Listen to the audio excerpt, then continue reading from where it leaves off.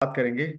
Infertility को अगर हम डिफाइन करें, बहुत बार ऐसा भी होता है कि शादी का 3 महीना हो गया और कंसीव नहीं कर रही है, तो लोग थोड़ा सा घबरा जाते हैं। ऐसा बिल्कुल नहीं घबराना है। इनफर्टिलिटी को as a disease, as a condition या फिर एक डायग्नोसिस हम तब मानेंगे जब मेडिकली उसको डिफाइन किया जाएगा।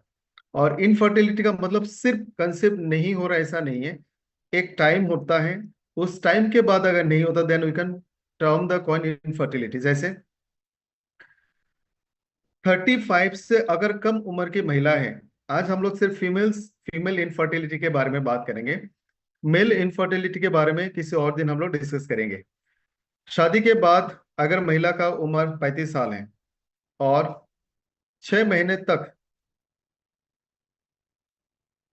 कंसीव नहीं हो रही, सॉरी, अगर फीमेल की उम्र 35 साल से ज्यादा है, शादी हो चुकी है, बच्चे नहीं हो रही है, महिला की उम्र 35 साल से ज्यादा है और 6 महीने तक कोशिश करने के बाद भी कंसीव नहीं हो रही है, तब आप इसको कह सकते हैं इनफर्टिलिटी। फिर भी इसमें बहुत सारे टर्म्स एंड कंडीशन हैं, बट इन जनरल मेडिकल हम तब बोल सकते हैं कि 35 के ऊपर के लोगों ने, फीमेल्स वाइफ की, बीबी की उम्र है 35 साल से ज्यादा, 6 महीने के कोशिश के बावजूद भी कंसीव नहीं हुआ, तब आप कह सकते हैं इनफर्टाइल है। अगर 35 साल के कम उम्र की महिला है, पत्नी की उम्र बिलो 35 और 1 साल कोशिश के बावजूद कंसीव नहीं हो रही है, तब आप इसको इनफर्टिलिटी कह सकते हैं। लोग इससे पहले ही पैनिक हो जाते हैं। एक चीज आपको और बता दूं कि 40 तक ऑन एन एवरेज फीमेल्स की फर्टिलिटी कैपेसिटी, हालांकि कॉम्प्लिकेशंस और चैलेंजेस आ सकती है, but the fertility period is up to almost up to 40, so panic नहीं होना है। और मेल में 60 में भी फर्टिलिटी देखा गया है। इनफैक्ट मेल की फर्टिलिटी कभी खत्म नहीं हो सकती, नहीं होती है in general, but due to old age and health issues उनमें भी चैलेंजेस आती हैं। इनफर्टिलिटी दो तरह का होता है, एक है प्राइमरी इनफर्टिलिटी, एक है सेकेंडरी इनफर्टिलिटी। प्राइमरी इनफर्टिलिटी तब माना जाएगा जब 35 साल के कम उम्र के पत्नी ने या फिर बिलो 35 ईयर्स के महिला को 1 साल के कोशिश के बावजूद कंसीव नहीं हुआ, एंड फर्स्ट कंसीव यानी ये उनकी पहली प्रेगनेंसी होती। सिमिलरली अगर 35 की बात की वाइफ है तो 6 महीने के कोशिश के बाद भी कंसीव नहीं हुई, द फर्स्ट प्रेगनेंसी पहली बार ही कंसीव नहीं हुई, तो उसको कहते हैं प्राइमरी इनफर्टिलिटी। सेकेंडरी इनफर्टिलिटी तब कहा जाता है जब पहला एटलीस्ट एक प्रेगनेंसी एक बार कंसीव हो चुकी है, कंप्लीट टर्म ऑफ प्रेगनेंसी हो चुका है, बर्थ भी हो चुका है, उसके बाद अगर कंसीव नहीं कर रही है, तब हम उसको सेकेंडरी इनफर्टिलिटी कह सकते हैं। इनफर्टिलिटी एक बहुत ही कॉम्प्लिकेटेड टर्म है, और जो फैक्ट्स एंड फिगर्स है ये थोड़ा सा डरावना है।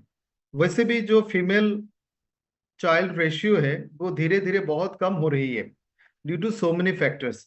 ऐसे में अगर इनफर्टिलिटी और ज्यादा हो जाएगी तो नंबर ऑफ चाइल्ड के साथ साथ जो मेल फीमेल रेशियो है वो भी बहुत गड़बड़ हो जाएगी। आज के टाइम में 2 crore 75 lakh, it's a big number, हाँ, इंडिया की बात करें हम लोग, 2 करोड़ 75 लाख, ऑलमोस्ट 3 करोड़ मान सकते हैं। 3 करोड़ ऐसे कपल्स है जो बच्चों का प्लानिंग कर रहे हैं, कोशिश कर रहे हैं, लेकिन कंसीव नहीं कर रही हैं। So almost 2.75 crore is a big number. Male और फीमेल दोनों में इनफर्टिलिटी इक्वली देखी जा सकती है, और 10 से 15% मैरिड कपल्स को कभी ना कभी इनफर्टिलिटी की इश्यूज आती है। हो सकता है प्राइमरी इनफर्टिलिटी हो, या फिर सेकेंडरी इनफर्टिलिटी हो, या फिर कॉम्प्लिकेशंस हो, या फिर 8-10 साल तक कंसीव ना हो। सो 10 से 15% on an average married couples में इनफर्टिलिटी आइदर प्राइमरी और सेकेंडरी देखा गया है, and this is a big number. Millennial एक शब्द आपको यहाँ पे दिखेगा, 54% ऑफ मिलेनियल्स, मिलेनियल्स को हम लोग सिटीजन एक्स कैटेगरी कहते हैं। इसका मतलब है वो लोग जिनका जन्म 1981 से 1996 के बीच में हुआ, 81 से लेकर 96, जिनका उम्र 29 से 44 तक है अप्रोक्स। इस एज के जितने भी लोग हैं, मे बी सेकेंड बच्चों का प्लानिंग कर रहे हैं, ऐसे में 54% में इनफर्टिलिटी इश्यूज या फिर कंसेप्शन की प्रॉब्लम देखा गया है in the age of 30s, जिनका उम्र आज के टाइम पे 29 to 44 है। इस एज ग्रुप के लोगों में, कपल्स में, हस्बैंड वाइफ में 30 के आसपास में, जिनका उम्र या फिर जो 1981 से 1996 में पैदा हुआ, ऐसे लोगों का एज जब 30 पहुंचा है, इनमें इनफर्टिलिटी और कंसीविंग की प्रॉब्लम्स देखा गया है।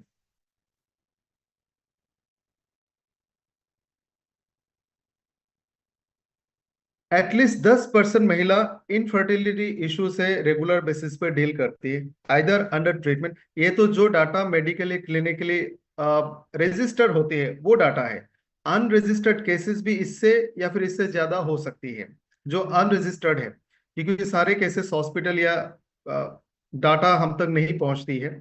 तो ये एक मिनिमम नंबर, एटलीस्ट 10% फीमेल्स कभी ना कभी इनफर्टिलिटी केसेस के थ्रू से गुजरती है। आप राइट साइड में ग्राफ देख सकते हैं, थोड़ा सा डरावना है। मिडिल में आपको एक रेड कलर का लाइन दिखेगा, ये एवरेज इनफर्टिलिटी नंबर्स है अमोंग फीमेल्स। हर 1000 में ऑलमोस्ट 19 महिला ऐसी है जिनको इनफर्टिलिटी होती है। सबसे कम लद्दाख में है 6.2%, यानी नॉट 2%, 1000 में 6.2। अब एवरेज में 6 से 7 फीमेल्स को इनफर्टिलिटी होती है।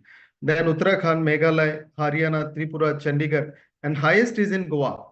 1000 में एटलीस्ट 50 फीमेल्स को होती है। ये डाटा 2019 और 2020 का है। आज के टाइम पे नंबर्स और भी बढ़ गया है। So you can see your state, और आप अंदाजा लगा सकते हो हर 100 में से एटलीस्ट 4-5 ऐसे फीमेल्स होंगे जिनको फर्टिलिटी इश्यूज होती है। And this numbers are raising, और ये एक तरह से अलार्मिंग सिचुएशन का संदेश देता है। इनफर्टिलिटी की जो चांसेस है वो उम्र के साथ बढ़ जाती है। इसीलिए the ideal age for conceiving या फिर प्रेगनेंसी प्लान करना है विद इन 30। फर्स्ट बेबी 30 के आसपास में अगर प्लान की जाती है इज वेरी आइडियल। इनफैक्ट दोनों बेबी अगर 30 के एज के अंदर में प्लान की जा सकती है, then is very healthy and very fertile also. Infertility के बहुत सारे कॉजेज हैं, इन न्यूमरस रीजन, लेकिन हम इसको प्रिसाइजली आपके सामने रखेंगे।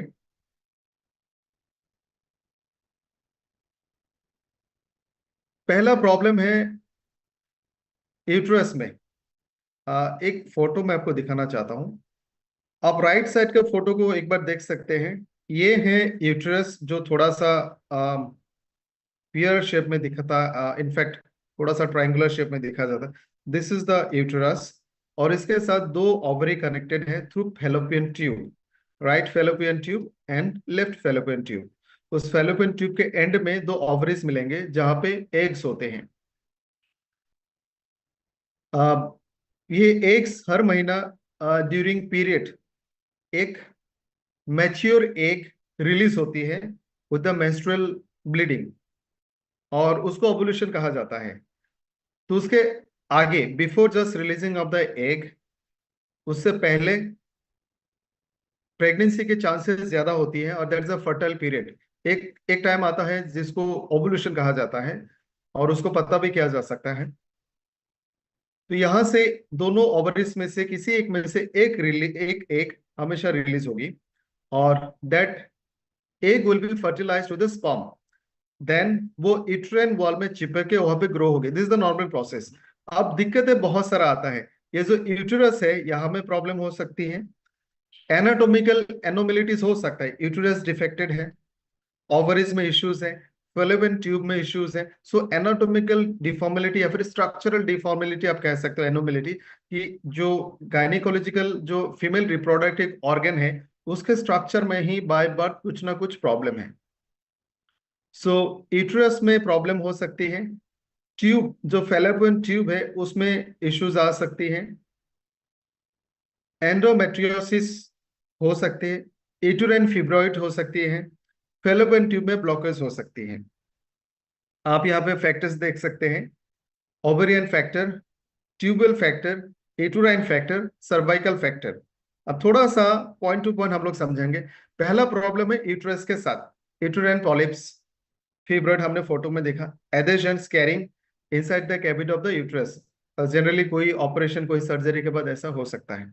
सो यूट्रस का अंदर का जो वॉल है, उसका अंदर का जो स्ट्रक्चर है, उसमें अगर कोई अननेसेसरी नोडुल्स ग्रोथ ऐसा होता है, फिब्रॉइड फॉर्म होता है, कोई पॉलिप्स होता है, तो इनफर्टिलिटी के चांसेस बढ़ जाते हैं, which is a common reason.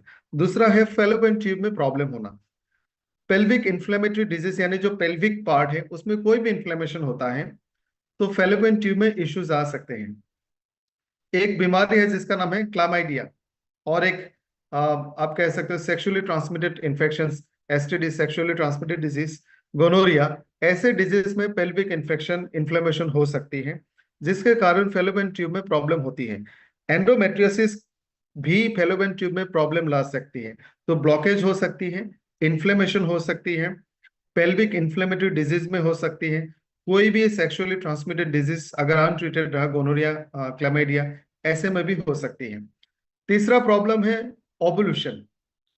जैसे मैंने कहा, हर महीने during the time of period menstruation एक मैच्योर एग ओवरी से रिलीज होके फेलोपियन ट्यूब से ट्रेवल करके यूट्रस से रिलीज होके बॉडी से बाहर जाती है। उससे पहले अगर कंसीविंग के लिए ट्राई करते हैं तो fertility rates are very high. So there is a certain time जब फर्टिलिटी चांसेस बढ़ जाती हैं। और ओवुलेशन उस टाइम को कहा जाता है व्हेन एग इज मैच्योर्ड और that is ready for fertilization. पूरे महीने में अगर कोई फीमेल का डेली सुबह हम लोग बॉडी टेम्परेचर नापे तो बीच में आपको एक दिन ऐसा मिलेगा जिस दिन बॉडी टेम्परेचर थोड़ा सा हाई रहेगा, that is the period of ovulation. उस दौरान थोड़ा सा सिक्रेशंस भी बढ़ जाते हैं। सो दैट्स बहुत सारे लोगों को जिनको मेडिकल नॉलेज या फिर अवेयरनेस नहीं है, उनके ट्राई करने के बावजूद भी कंसीव इसलिए नहीं होता है because they try outside the ovulation period. So ovulation के बहुत सारे प्रॉब्लम हो सकते हैं। हार्मोनल इम्बैलेंस, क्योंकि उस एग को ओवरी से रिलीज होने के लिए बहुत सारे हार्मोन का बैलेंसिंग जरूरी है, oestrogen, progesterone, so many hormones. Ovulation के साथ साथ ओवुलेशन का कनेक्शन हमारे खाने पीने के साथ भी है। हेल्दी फूड्स ना लेकर अगर बहुत ज्यादा fast food, junk food, fatty food लेते हैं, कैफीन काइंड ऑफ ब्रेवरेज या फिर कार्बोनेटेड बेवरेज, इस तरह का फूड अगर ज्यादा लेते हैं तो ओवुलेशन में दिक्कतें आ सकती हैं। Substance use disorder, thyroid hormone की इम्बैलेंस। आप देखोगे जिनको हाइपोथायराइडिज्म है, वेट ज्यादा है, डॉक्टर्स पहले कहते हैं कि आपकी वेट को रिड्यूस करना होगा, आपको थायराइड हार्मोन को बैलेंस करना होगा, then you can plan for pregnancy. So thyroid condition में भी ओवुलेशन गड़बड़ हो सकते हैं। स्ट्रेस से भी होता है। पिट्यूटरी, ब्रेन में हमारे ग्लैंड है, हार्मोन के ग्लैंड, जिसका नाम है पिट्यूटरी ग्लैंड। उसमें अगर ट्यूमर हो, उसमें कोई प्रॉब्लम हो, तब भी ये हो सकती है। सो ये सारे रीजन से हमारे ओवुलेशन में प्रॉब्लम आ सकती है in the ovary of the female, then it can hamper your fertility. Problem with egg count and quality, जैसे जैसे महिला की उम्र बढ़ती है, number of eggs and the quality of eggs. और आपको एक शायद यू मस्ट बी नोइंग, जब एक बच्चा पैदा होता है, वो बच्चा एग के साथ पैदा होता है, उसके ओवरी फुल्ली डेवलप नहीं होता, बट देयर आर एग्स। यानी 40-50 साल तक जितने एग्स होना चाहिए उतने एग्स के साथ एक बेटी पैदा होती है। और दो नंबर ऑफ, आपने सुना भी होगा कि लोगों ने, बहुत सारे फिल्म स्टार, बहुत सारे सुपरस्टार्स ने अपने एग को फ्रीज करके प्रिजर्व किया है फॉर फ्यूचर यूज। तो मेडिकल साइंस में इतना फैसिलिटी है कि यह किया जा सकता है। तो उम्र के साथ साथ इन एग्स की क्वालिटी, क्वांटिटी कम हो जाती है और फर्टिलिटी चांसेस भी कम हो जाती है। और उम्र के साथ साथ उसमें क्रोमोसोमल डिसऑर्डर्स भी आ सकते हैं, जेनेटिक म्यूटेशन, इस तरह की चीजें आप कह सकते हो। और सबसे जो लीडिंग कॉज है इनफर्टिलिटी की, जिससे सबसे ज्यादा प्रॉब्लम होती है, इनफर्टिलिटी के चांसेस सबसे ज्यादा बढ़ जाती है, that is PCOS, polycystic ovary syndrome, या फिर polycystic ovary disorder, PCOD, PCOS. ये सबसे कॉमन सिम्टम है जिससे इनफर्टिलिटी सबसे ज्यादा हो जाती है। एक और कंडीशन है जिसका नाम है पीओआई, प्राइमरी ओवेरियन इनसफिशियंसी, यानी आपकी ओवरी इज इनएडुकेट, वो पूरा पूरा फर्टाइल नहीं है, either in terms of number और quality of eggs. So PCOS और PCOD whatever you say, ये सबसे लीडिंग कॉज है और आज के टाइम में ये धीरे धीरे बढ़ रही है। 18, 17, 20, 22 के एज में फीमेल्स में पीसीओएस की नंबर्स बहुत ज्यादा देखने को मिलती है। ओवेरियन फैक्टर में जैसे हमने कहा, ovulation is not happening properly. Pelvic adhesion, आप देख सकते हो ट्यूब, जो फेलोपियन ट्यूब है वो ब्लॉकेज है, या फिर उसके साथ जो ओवरी है वो एडेड हो जाती है। यूटेरस में इश्यूज हैं एंड सर्वाइकल फैक्टर। हमने पीसीओडी के पीसीओएस के बारे में बात किया, ये थोड़ा सा जानना जरूरी है कि ये क्या है। पॉलीसिस्टिक ओवरियन सिंड्रोम, अगर हम लोग देख सकते हैं, ऑलमोस्ट 10%, ये रजिस्टर्ड केसेस की बात कर रहा हूँ, 10% महिला में पीसीओएस होती है। By now the number has gone up, ये बहुत ज्यादा हो चुकी है और कम उम्र से देखना शुरू हो गया है। पीसीओएस या फिर पीसीओडी, बहुत बार फीमेल्स को पता नहीं चलता है कि पीसीओडी क्या है या फिर पीसीओएस क्या है।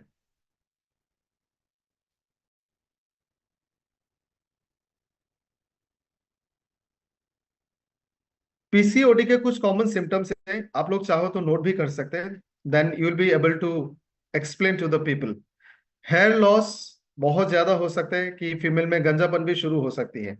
सर दर्द हो सकता है, pimples, acne, oily skin, dandruff बहुत ज्यादा हो सकती है, एंजाइटी, डिप्रेशन, हार्मोनल इम्बैलेंस भी हो सकती है। स्किन में पैचेस, डार्कनेस आ सकती है, एक्सेस हेयर ग्रोथ हो सकती है, फेस में भी हो सकती है जिसको हिरचुटिज्म कहते हैं।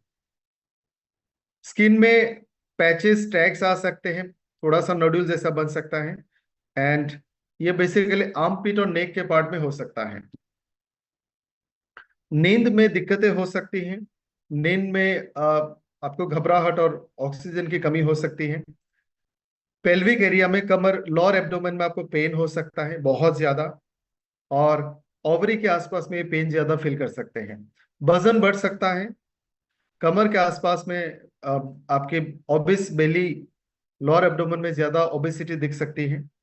पीरियड में गड़बड़ हो सकती है, इरेगुलर पीरियड्स एंड इनफर्टिलिटी, ये है पीसीओएस के symptoms. Multiple ovarian cyst, excess male hormones, high level of insulin resistance, cardiovascular issues, this is for medical diagnosis। ये भी alternatively in the long run देख सकते हैं।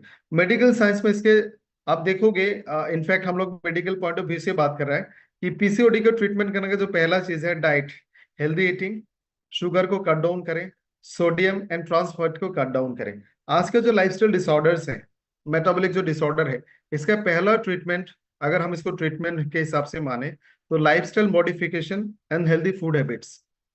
दूसरा है एक्सरसाइज, ताकि आप हेल्दी वेट को मेंटेन करें, एंड देन बहुत सारे मेडिकल ट्रीटमेंट वो लोग सजेस्ट करते हैं।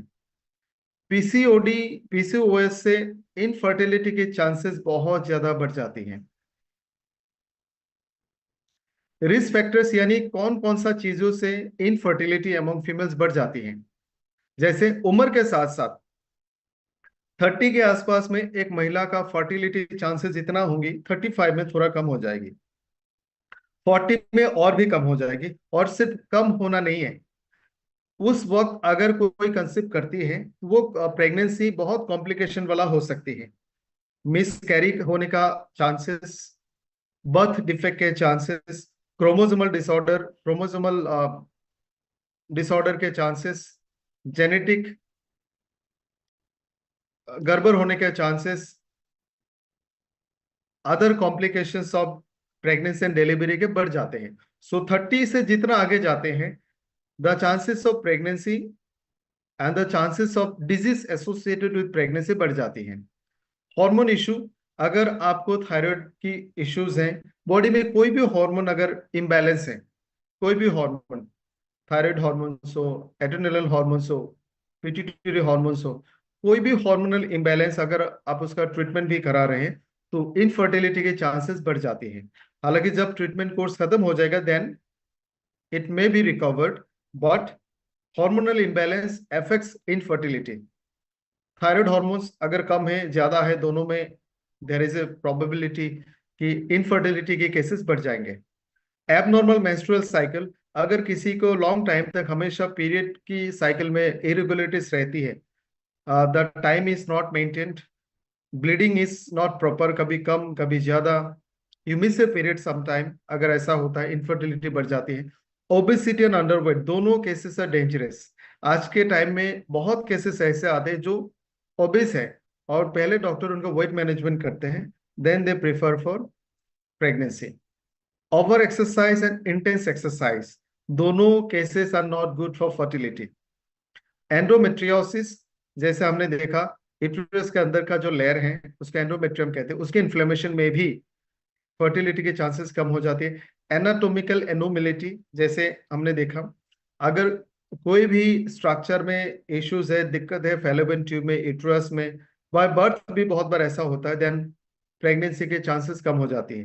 यूटेराइन फिब्रॉइड्स, आप में से बहुत सारे लोग रिपोर्ट्स देखते हैं, लोगों का शेयर करते हैं, उसमें आपको दिखेगा फिब्रॉइड, उससे भी फर्टिलिटी चांसेस कम हो जाती है। Ovarian cyst, polycystic ovary, ovarian cyst, एक सिस्ट होता है तो एक सिस्ट, और पॉलीसिस्टिक मतलब बहुत सारा सिस्ट, तो सिस्ट का होना भी प्रेगनेंसी के लिए कॉम्प्लिकेशंस माना जाता है। Tumours, autoimmune disorders like lupus, rheumatoid arthritis, Hashimoto's disease, sexually transmitted infection, polycystic ovary syndrome, primary ovary insufficiency, excessive substance use, drinking, drug abuse, smoking, alcohol, a past ectopic pregnancy, मतलब इससे पहले का pregnancy was not healthy, जहां में complications रहते हैं। अभी तक हमने जितने बातें की हैं, इसका इलाज मेडिकल साइंस में है, लेकिन हम ये क्लेम नहीं कर सकते कि 100% इफेक्टिव है। बहुत बार in vitro fertility is very expensive, एक बार दो बार ट्राई करने के बावजूद भी नहीं होता है, बहुत बार एक बार में होता है। सरोगेसी बहुत बार लोग ट्राई करते हैं, टेस्ट ट्यूब बेबी, आउट, जितने भी टेक्निक्स है, आप ये नहीं कह सकते कि वेरी इफेक्टिव चांसेस है, और this is not so affordable for everyone. हर कोई इसको अफोर्ड नहीं कर सकता। जैसे मैंने आपको कहा 10%, 10 से 15% फीमेल अपने पूरे लाइफ टाइम में कभी ना कभी इनफर्टिलिटी की शिकार होती है। सो सबके लिए पॉसिबल नहीं कि you go for IVF, you go for surrogacy, इतना इजी नहीं होता है। So management with supplements, nutraceutical, a healthy lifestyle, healthy food habits, dietary modification, weight management and then a proper group of supplement से बहुत effective result हमें मिले हैं। सो जो प्रोडक्ट आज हम आपके साथ डिस्कस करने वाले हैं वो आपके स्क्रीन में है, but the first thing is healthy lifestyle. Healthy lifestyle का मतलब है आपका वजन सही होना पड़ेगा। जैसे हम लोग हर सेशन में कहते हैं, साल में कम से कम 3 से 4 बार routine examination of blood and urine करें। रेगुलर जो हेल्थ चेकअप्स होते हैं उसमें आपका लिपिड प्रोफाइल सही होना चाहिए, आपके liver function test, kidney function test, and हो सके तो एक दो हार्मोन टेस्ट भी करें। थायराइड सही होना चाहिए, और अगर सही नहीं है आप उसको सही कर सकते हैं। Lifestyle modification, healthy food habits.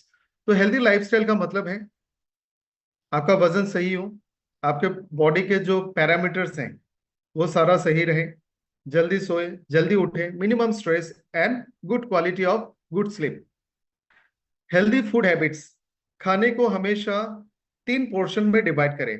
50% is fruits, vegetables, salad and green leaves. Fruits, vegetables, salad and green leaves. 25% healthy carbohydrate, unpolished. Another 25% healthy protein, an adequate amount of good fat, and adequate amount of water. इस तरह का food हमें morning में सबसे ज्यादा लेना चाहिए, lunch में थोड़ा कम करना चाहिए, और इवनिंग तक एकदम से कम करना चाहिए। क्विकली एक दो बार फास्टिंग कर सकते हैं। सो इस हिसाब से हम अपने फूड हैबिट्स को मॉडिफाई कर सकते हैं। And try to avoid outside food. Fertility medication doctor सबको रिकमेंड करते हैं, और जब भी कोई भी कपल प्रेगनेंसी प्लान करते हैं, start with folic acid, iron folic acid, ये बहुत इंपॉर्टेंट है। यूज ऑफ हेल्थ सप्लीमेंट्स, एक चीज यहाँ पे मैं ऐड करूंगा और मेरा रिक्वेस्ट है कि आप लोग इसकी अवेयरनेस करें। आप इमेजिन कीजिए कि एक फैमिली में बहुत सारे कपल्स हैं, उसमें से एक कपल को बच्चे नहीं हो रहे, बाकी सारे को कपल्स को बच्चे हैं। एक कपल का शादी का 2-3 साल हो चुका है, they are not conceiving, and problem husband wife दोनों में 50-50 हो सकता है, लेकिन घर वाले उस फीमेल को ब्लेम करते हैं। तो उस फीमेल पे हमेशा एक स्ट्रेस रहता है, और इन द लॉन्ग रन वो स्ट्रेस से पिट्यूटरी हार्मोन की फंक्शंस भी गड़बड़ हो सकती है, बॉडी के बाकी हार्मोन फंक्शन भी गड़बड़ हो सकती है। सो उनको स्ट्रेस ना देके उनको इंस्पायर करना चाहिए कि आप लोग ट्रीटमेंट करो, आप लोग मेडिसिन लो, go for a doctor treatment and checkup, and things will be sorted out.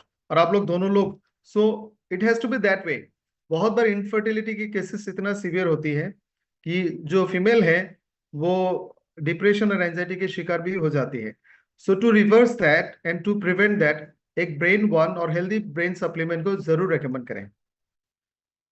सबसे पहला प्रोडक्ट है स्वीट 18+, हेमो14, दूसरा प्रोडक्ट ओमेन वन, तीसरा प्रोडक्ट WLB1, चौथा प्रोडक्ट। और अगर किसी का वेट ज्यादा है, वेट को कम करने के लिए fitness one, A1 lean, carb cut one, healthy fat, और क्रिल या फिर फ्लैक्स एल आप रेकमेंड कर सकते हैं। Ashwa one, brain one, this is the set of products. थोड़ा सा इन प्रोडक्ट्स के बारे में जान लेते हैं। स्वीट 18, इसमें हमने काफी ऐसे सारे चीजें डाले हैं जो आप देखोगे, इसमें एंटीऑक्सीडेंट डाले हैं हमने, देन हर्बल एक्सट्रैक्ट्स डाले हैं बहुत सारा, जिंको बिलोबा जो ब्रेन फंक्शंस में मदद करती है, क्रैनबेरी, मोरिंगा, क्रैनबेरी मोरिंगा दोनों सुपर न्यूट्रिशन है और एंटीऑक्सीडेंट है। Sea buckthorn, one of the most rich nutrition on the planet earth, sea buckthorn. Ashwagandha का रूट, शताबरी, कोंजम क्यूटन, glutathione, isoflavones, vitamin, minerals, amino acid, overall इतने सारा combination of herbs and supplements हमने डाले हैं जो overall health and wellness female के लिए ध्यान रखती है। PCOD, urinary tract infection, infertility, stress, hidden hunger, nutritional deficiency, irritability और एप्रोप्रिएट हार्मोन बैलेंस में आपको मदद करती है। ये आपके डाइटरी सप्लीमेंट है। एक थोड़ा सा 2-3 फिगर्स आपको बताना चाहूंगा। इंडिया में एवरेज में किसी भी एज का महिला का आप ले लो, फर्टाइल एज की, यानी 18 साल से 40 तक का फीमेल्स को आप ले लो, 50 तक, 48 तक, 18 to 48, इस एज के 50% फीमेल्स, मैरिड और अनमेरिड, 50% फीमेल्स में सीवियर आयरन डेफिशिएंसी पाया जाता है, विटामिन डी की डेफिशिएंसी पाया जाता है, फॉलिक एसिड की कमी पाई जाती है, कैल्शियम की डेफिशिएंसी पाई जाती है। एवरेज में इंडियन फीमेल्स में डेली के 300 से 400 kilo calories of energy intake भी कम होती है। सो फीमेल्स में डेली न्यूट्रिशन की डेफिशिएंसी होती है। So this is a good remedy for that. So daily nutrition support आपको मिलेगा। प्री मेंस्ट्रुअल सिम्टम्स, यानी पीरियड के दौरान होने वाले पेन एंड कॉम्प्लिकेशंस के सिम्टम्स को दूर करेगा, स्किन एंड हार्मोन को बैलेंस करेगा, स्ट्रेस एंड एंजाइटी को कम करेगा, एंटीऑक्सीडेंट एंड इम्यून सिस्टम के लिए अच्छा है, ओवरऑल आपको फर्टिलिटी के चांसेस भी बढ़ा देती है। इसमें जिंको बिलोबा, अश्वगंधा और omega fatty acid. Omega fatty acid pregnancy से पहले से लेकर प्रेगनेंसी के दौरान बहुत इंपॉर्टेंट है, क्योंकि जो कंसीव पेट में जो बच्चा होता है उसका brain, eyes, heart and skin के लिए omega fatty acid are very very important. So brain and stress management के लिए हेल्प करती है। Evening primrose and shatavari ये हार्मोन को बैलेंस करती है।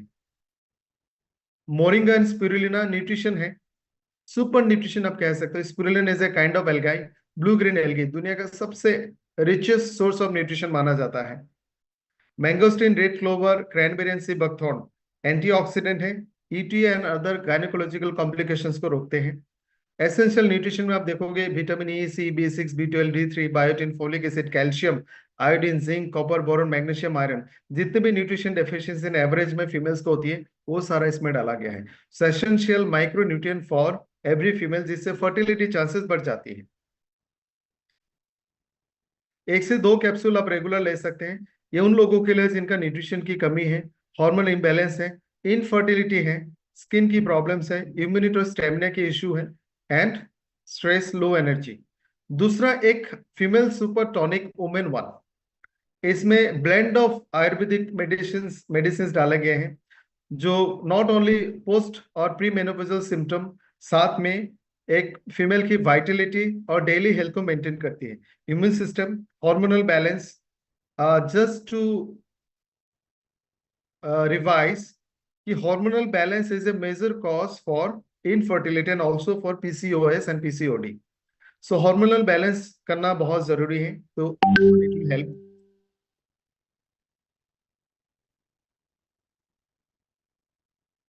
वुमेन वन मेंस्ट्रुअल पीरियड का रेगुलेट करती है, स्किन एंड हेयर को रिजुविनेट करती है, एंड माइक्रो न्यूट्रिएंट सपोर्ट करती है। इसमें आंवला एंड अश्वगंधा डाला गया है जो immunity and they are also very good for skin and hair. और अश्वगंधा ब्रेन और स्टेमिना और मसल के लिए वेरी हेल्दी है। अशोक एंड शतावरी जो मेंस्ट्रुअल साइकिल का रेगुलेट करती है, जो unregulated and problem with the menstrual period भी कॉज है इनफर्टिलिटी का। गोखुर and ginkgo biloba pre menstrual symptom को दूर करती है। देन सौंठ, चिकनी सुपारी एंड अजवाइन जो एंटीऑक्सीडेंट एंड डिटॉक्सिफायर है। 10 to 20 ml रेगुलर 2 से 3 बार ले सकते हैं। तीसरा प्रोडक्ट और इंपॉर्टेंट प्रोडक्ट अश्ववान। अश्ववान में हमने जो अश्वगंधा यूज किया है that is US patented KSM 66। ये दुनिया का बेस्ट गंधा माना जाता है।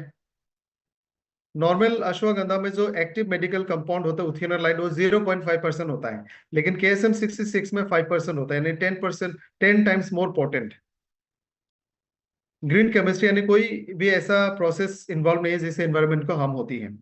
ये ब्रेन बॉडी कोऑर्डिनेशन, फर्टिलिटी के लिए जो हॉर्मोन्स हमें चाहिए, जो रिप्रोडक्टिव हॉर्मोन्स है एस्ट्रोजन प्रोजेस्टेरोन, वो हॉर्मोन्स आपके ब्रेन के पिट्यूटरी ग्लैंड के साथ भी कनेक्टेड है, थायराइड हार्मोन के साथ कनेक्टेड है। सो एंटायर बॉडी का हार्मोन फंक्शन को बैलेंस होना is very important. So ashwagandha brain को relax, stress free, anxiety free, depression free रखती है, अच्छे हार्मोन्स की प्रोडक्शन को बढ़ाती है, जिससे आपकी बॉडी के दूसरे हार्मोन्स की प्रोडक्शन बढ़ जाती है। So brain body coordination is very important. Stress कम होना very important. Muscle and fertility health को भी इनहेंस करती है। Improves memory, concentration and awareness को बढ़ाती है। Muscle strength, endurance, athletic performance, sexual performance both men and females में बढ़ाती है। लाइफस्टाइल स्ट्रेस, फैटिक, एंजाइटी को कम करती है, और एंटी एजिंग प्रॉपर्टीज इसमें है। स्टेमिना और एंड्योरेंस के लिए इसको रेकमेंड कर सकते हैं, स्ट्रेस एंजाइटी को कम करने के लिए, सीनियर सिटीजन का ओवरऑल वेलबींग के लिए, स्पोर्ट्स पर्सन और एथलेट के फिजिकल परफॉर्मेंस के लिए। आज के टाइम में 40 के आसपास में अगर दोनों हस्बैंड वाइफ आई मीन 30 के आसपास में मान लेते हैं, हस्बैंड वाइफ दोनों अगर वर्किंग हैं, so they don't have much energy left, और ऐसे में भी इनफर्टिलिटी केसेस आ सकते हैं। सो अश्वान is a very good choice of product for them. Brain one बहुत इंपॉर्टेंट है। आप जस्ट इमेजिन करो, एक फीमेल जो कंसीव नहीं कर रही है और ऐसे सोसाइटी में रहते हैं जहां पे लोग उनको, I beg your pardon for my word, कि बांझ बोल के पुकारती है और बोलते हैं कि सुबह इनको देखने से उनका दिन खराब होता है, लोग उनके बारे में गलत बातें करते हैं, और एक तरह का ट्रॉमा में वो चली जा सकती है। और इसका साइकोलॉजिकल इफेक्ट होता है, डिप्रेशन, एंजाइटी। बहुत बार लोग अपने आप को इतना ज्यादा गिल्ट मान लेते हैं, they try even that um suicide. So Brain One is a good choice of product for them to soothe and relax your brain. इसमें सारे essential vitamins, minerals, proteins, amino acid, probiotics, antioxidant हमने डाले साथ में, एक good blend of Ayurvedic supplements.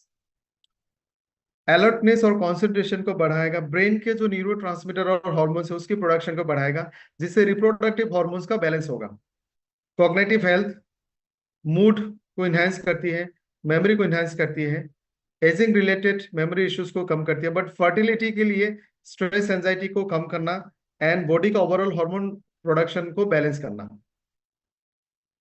इसमें देखोगे बहुत सारा हमने ऐसे आयुर्वेदिक हर्ब्स डाले हैं जो एंटी स्ट्रेस हैं, कॉग्निटिव हेल्थ को बेनिफिट करती है, ऑक्सीडेटिव स्ट्रेस को कम करती है, मेमोरी एंड लर्निंग को बढ़ाती है, अलर्टनेस एंड कंसंट्रेशन को बढ़ाती है। Nerve health is also important for reproduction, mood को रेगुलेशन करती है।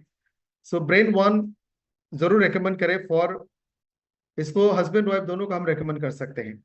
वेट मैनेजमेंट के लिए हमारे पास कर्ब कार्ड वन है। अगर किसी महिला की BMI, बॉडी मास इंडेक्स 24 से ज्यादा है तो कंसीव होने का चांसेस कम हो सकती है, और ऐसे में आपकी प्रेगनेंसी कॉम्प्लिकेशन भी हो सकती है। सो ध्यान रखिए कि आपका नॉर्मल BMI रहे, ये बात अलग है कि प्रेगनेंसी होने के बाद, कंसीव होने के बाद you should gain weight. Pregnancy के दौरान 7-8 किलो वजन आपका बढ़े, वो अलग बात है। But before pregnancy, at the time of planning pregnancy, आपके बीएमआई बिलो 24 होना चाहिए। तो उसको मेंटेन करने के लिए कार्ब कट वन, A1 लिन जो बहुत जल्द आपके पास पहुंचने वाला है, एंड फिटनेस वन और प्रोडक्ट ऑफ चॉइस, साथ में एक क्रिल या फिर फ्लैक्स एल है। थायरो वन अगर थायराइड में प्रॉब्लम है। हेमोफोर्टिन एक बहुत इंपॉर्टेंट प्रोडक्ट है।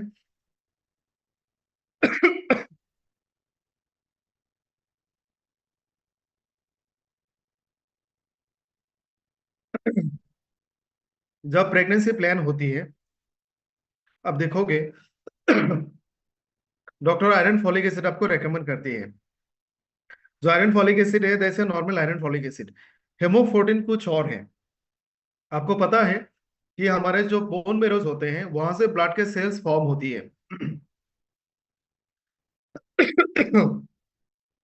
वहां पे स्टेम सेल्स होते हैं। स्टेम सेल उन सेल्स को कहा जाता है जो डेवलप होकर अलग अलग तरह के सेल्स में फॉर्म हो सकती है।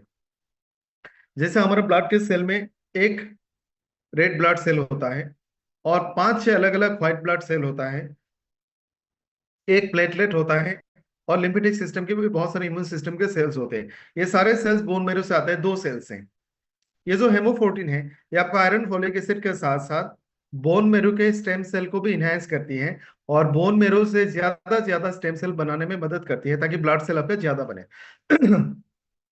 एसबीटीसी जूस जो ओवरऑल न्यूट्रिशन है, सप्लीमेंट है, एंटीऑक्सीडेंट है, और बॉडी के बहुत सारे माइक्रो न्यूट्रिएंट की डेफिशिएंसी को पूरा करती है। So this is all about infertility, and I hope it was very useful और आप सभी को समझ में भी आया होगा। ये सेशन यहीं पे खत्म करते हैं। Thank you so much.